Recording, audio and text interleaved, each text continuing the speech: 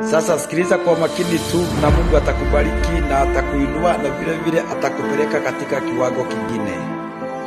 Luka sura yake ni ya 2, mstari wake ni wa 40, ama ukipenda zaidi muhula wa 2 ukurasa wa 40. Katoto kale kakakuwa kakiwa na nguvu na hekima na kakipendwa na Jehova.